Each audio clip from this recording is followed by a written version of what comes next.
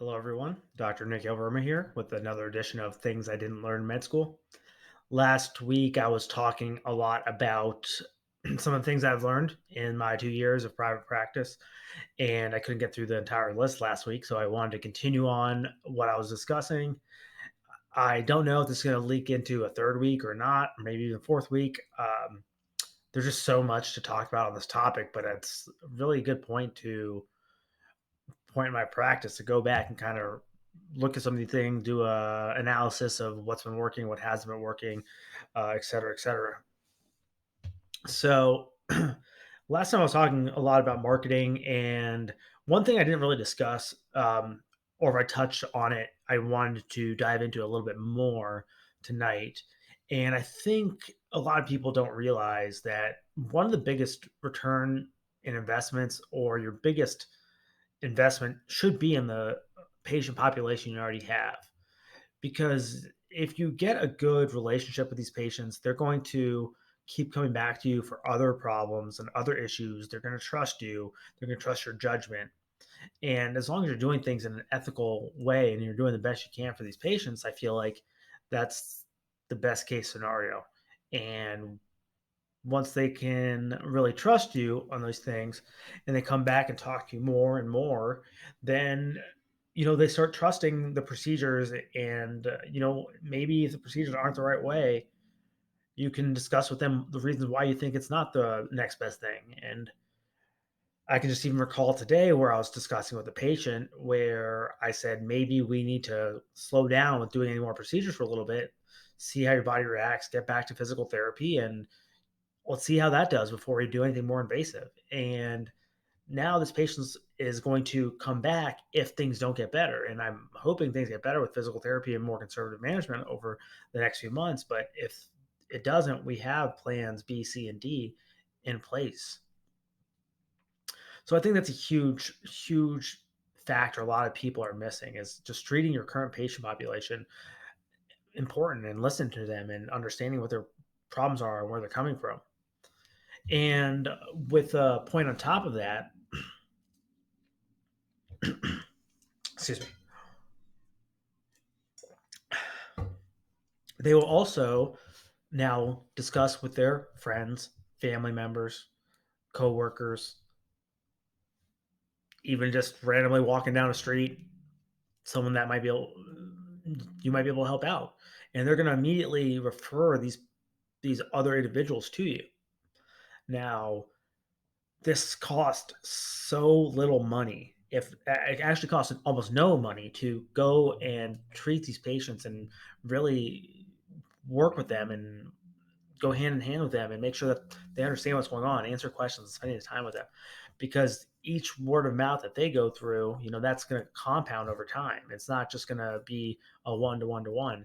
And there's no dollar value that can be amounted to that. So I was talking a little about those key KPIs last week, but how can a company say that their KPIs and their analysis of this shows you all this profit gains when ultimately, well, in reality, it was this patient that talked to their friend who came to see me, and we did a procedure for them, and they talked to their boss, and their boss came. So the companies that try to get you on, oh, look at this, what I'm producing for your practice is like, oh, that's not necessarily true. And that's a point that I think is important that I think companies should realize this too, that it's a kind of a falsified metric that they're producing. Um, Moving on to a few other topics. Um, another concept that we're talking about a lot right now is, how much loan money do you take? How much loan money are you comfortable taking? Um, the problem with that question is it's very difficult to answer. I just watched a webinar the other night, and they're discussing about startup practices and how much it costs and that kind of stuff. Well, of course, banks will happy to loan small business loan for physicians that are opening up their own practice. And a lot of these banks will actually partner with you to try to find ways to make it profitable, get you connected with the right people in the area, or maybe some lawyers or whatever, what have you, to make sure that you know what you're talking about, make sure things doing things you're doing are legally right, your HR's compliant, and all that stuff. But in truth be told, straight outside of residency or fellowship, these loans aren't really available for you. And sometimes a bank will take a risk, but you have to have certain assets and you have to have certain financial support just to prove that you're going to be able to pay off the loan if it's not successful, or liquidate your practice quite quick enough to pay off what you have taken out. Uh, and that becomes a really tough battle for a lot of people that I talk to. I know how many residents and students and fellows and residents, sorry, and even people that have been working a few years come up to me and ask me, I want to start my own practice. What should I do for this, that, and the other? And the reality is, and I'm starting to realize that, taking a loan out at the beginning is a very difficult task. Um, the same thing will go if you're trying to take a loan out for buying a house. You're going to need to show at least 2 years, maybe 3 years of income, not just your tax returns, but actual income for a bank to take a chance on you to get a house loan. So it's been difficult for me over the past couple of years to even apply for home loans. Despite, I mean, obviously, right now it's not a great time because of inflation and the interest rates right now. But even when I was looking and they were more reasonable, it was a difficult challenge. So, a couple of the options you might have for funding your practice is take an employed position from anywhere from 2 to 5 years, and building up funds to pay off a little bit of your loans, make sure that your retirements are fully funded, getting some of that down, getting a little bit of safe money, your base needs times 3 months of cash or in the bank available for you, and then have enough money stowed away that you feel comfortable starting a practice on. Um, I say you need at least $250,000 free cash. It could be more, it could be less. It just depends on how much you want to look into that. The other benefit of doing it that way is that the banks will be more likely to offer the loan to you. And with that added loan, at least you're not taking out your own money. You can live comfortably, but still have this practice that you're generating, could be generating money in the next few years. If you don't have that option, then you have to kind of maybe take personal loans from friends, family, what have you, other companies, and that comes with all its own sets of risks. Um, I was fortunate that I was able to get a loan, um, but I didn't take a lot of money, so I think that's what helped out significantly for me. Um, and that goes into the concept of how many years does it take to become profitable. I would say it differs, definitely differs. Obviously, specialties that have higher procedures with higher procedure dollar values would be more beneficial. Dermatology and some of the cosmetic procedures, even interventional pain, there's a lot of procedures that pay well, but they don't necessarily always have enough procedures to keep a fresh practice up and going. So I want to say I'm month to month profitable now, maybe after 2 years. But prior to this, it was very a lot of months were in the red, several months were in the black, but throughout the year, we definitely lost money as a practice, and that's where your accountant comes in, and you make sure that you have your business expenses appropriate and you show your losses. And yeah, it took a lot of from that loan money, but now we're starting to swing the other direction.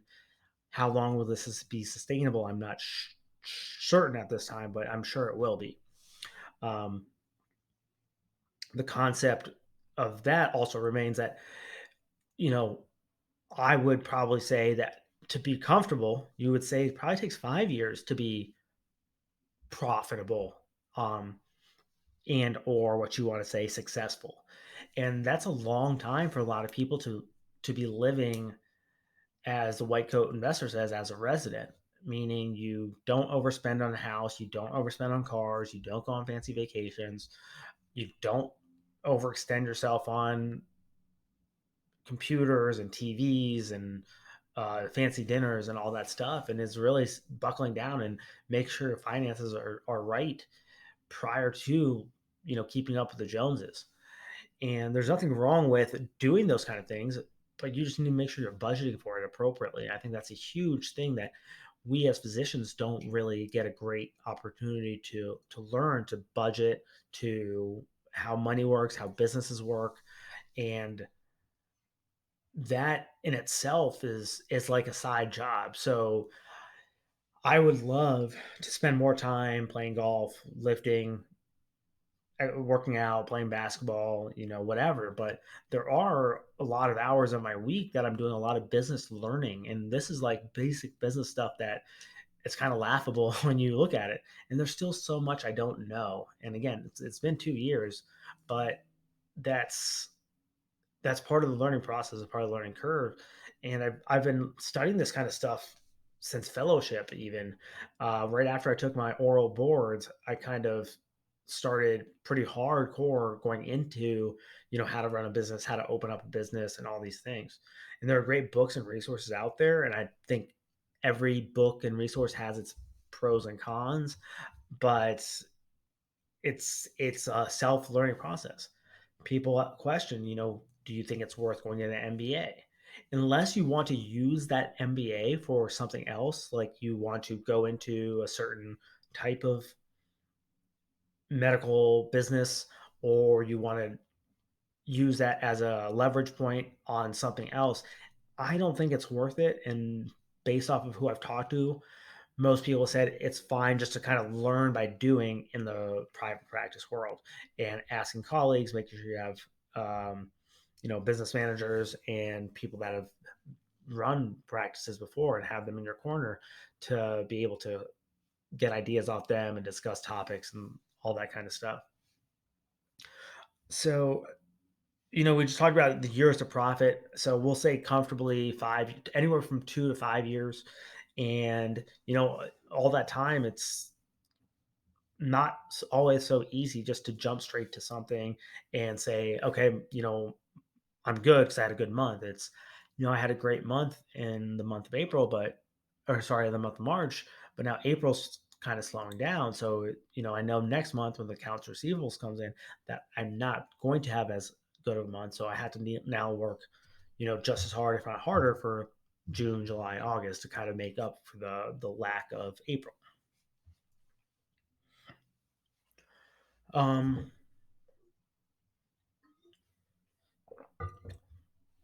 some other topics that or related topic to that point is how many years does it take to be successful?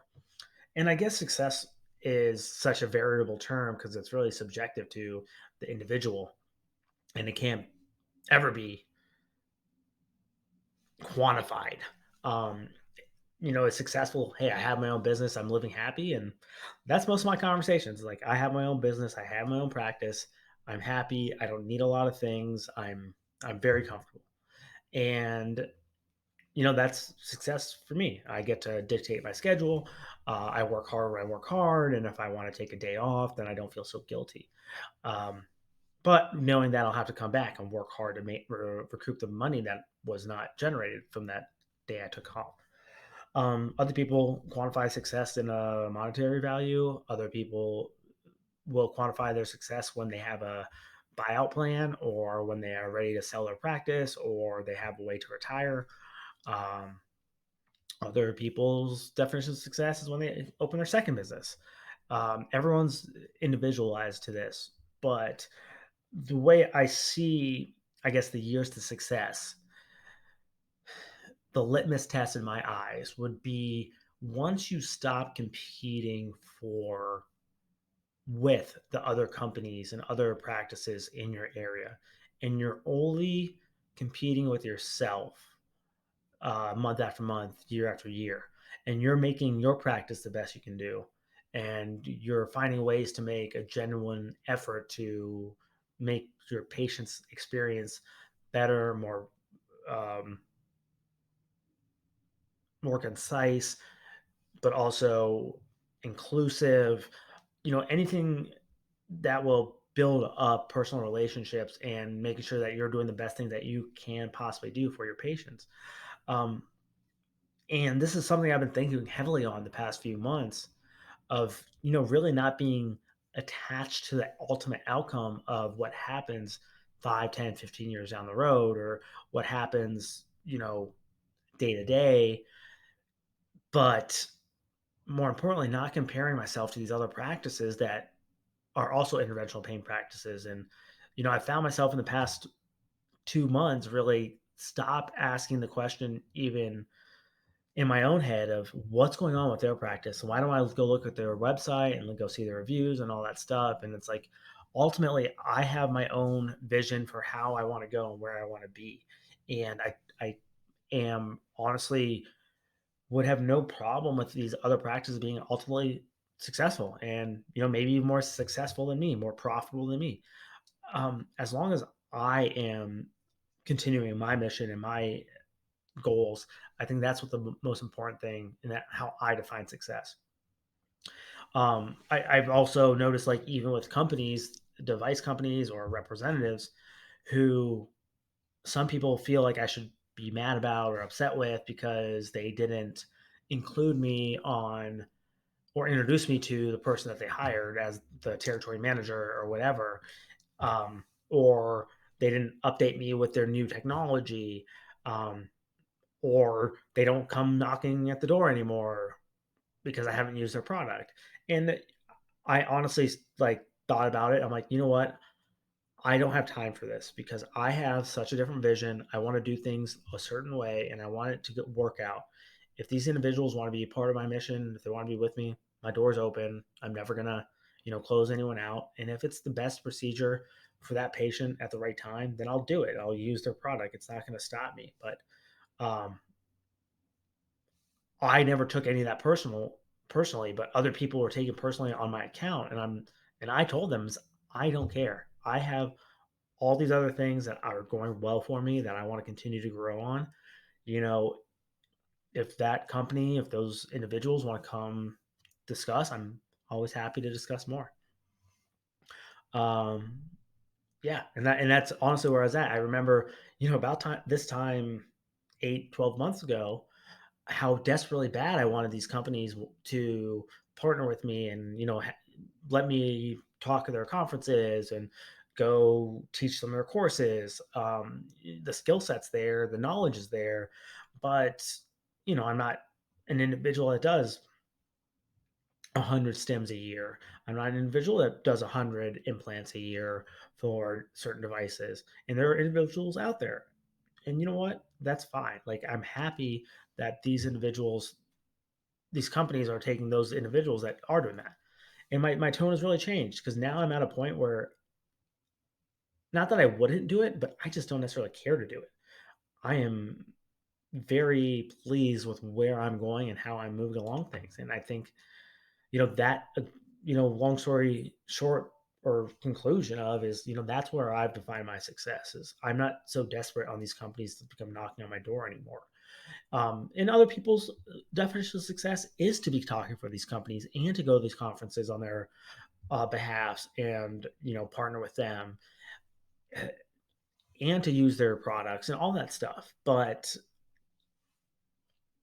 this kind of goes back into an ethical question that I had to sit down with myself. And, if I continue to use this one company, you know, if I partner with them or speak for them, do I have to use them solely? Or do I go jump ship and talk about another company too, and then another company, just for chasing the whatever they're chasing? I don't know. Some people chase the money. Some people want the recognition. Some people want just to be a part of the next biggest and brightest. And there's nothing wrong with any of that. And I don't want to act like I'm talking down to these people. But I think my ethical dilemma, my moral dilemma starts when I can't confidently talk about one company and then talk about another and talk bad about the other one. Oh, this company doesn't have this, doesn't have that, and ultimately it'll confuse me. And ultimately, I want to do what's the best thing for the best patient at the right time, as I've discussed. So, and I don't know, maybe other people have a better way to do that, and I don't. But it's just a concept that's kind of come around to me here recently. Um, and like I said, not necessarily like, yeah, about 8 to 12 months ago, I would be really upset about some of these things, and right now I have what I want to go on, and I'm going to continue in that direction. Doors always open, kind of thing. So again, that's my definition of success. Um, and there's a step beyond that and that's actually literally celebrating the success of your competitors in the market. I don't think there's a better way to have a solid outlook for life if you can't celebrate your quote unquote competitors' success. Um, and that I think that's the point. Is not even to look at other individuals or companies as competitors, but look at them as colleagues. There's so much information that we can learn from one another. There's tricks and trades that people do that practice to do that I don't do that could benefit me, and just having a cordial conversation with these people. And if something successful or something big happens in that practice, that's great. When I see my colleagues, my friends now going speaking for these companies, um, I'm like, you know what? That's fantastic. Like that's at such a young age, as such an influential portion of that device or that company or that product or whatever. And I think that's great. Um, and that doesn't always happen. I don't. I think there are definitely places of practice out there that always will down talk and always back talk about individuals and practices and all that stuff. And I think that would be kind of the opposite direction that I'm trying to go towards. And I do want to continue to celebrate others' wins and celebrate how other practices are doing, and finding ways to collaborate and discuss. And I will give you a prime example. There's a procedure that I'm unable to do based off of not having credentialed at a site of service. So what I'm going to do is I'm going to send this patient to a site that is able to do this procedure. That's undoubtedly money out of my pocket. I might lose this patient, but that isn't the goal. The goal is to do the best thing for the patient. Um, so, anyways, get off my moral high ground that I think I'm always right about everything, and I know I'm not. But that's just kind of where I'm at right now. I think this is a great place to stop. I don't want to go too much over, 25 minutes. I'm at about 23 minutes right now. I definitely have at least one more episode of this, maybe even two more, if things continuously pop up in my mind. I think that'll be great. But if you guys have questions, comments, concerns, or ideas of things you want me to talk about, feel free to send them my way. Drop them in the comment section below. Feel free to reach out to me on the social media platforms. They're all in the description of the video, and share this with people that might find this interesting. And if you're starting a private practice or thinking about starting a private practice, hopefully you find this helpful and you bookmark it and come back to it around the time frame that you're getting there. And if you need my help and you want to talk more, I'm happy to open up my time to discuss these topics. So anyways, everyone have a good evening. I'll talk to you soon. Take care. Bye.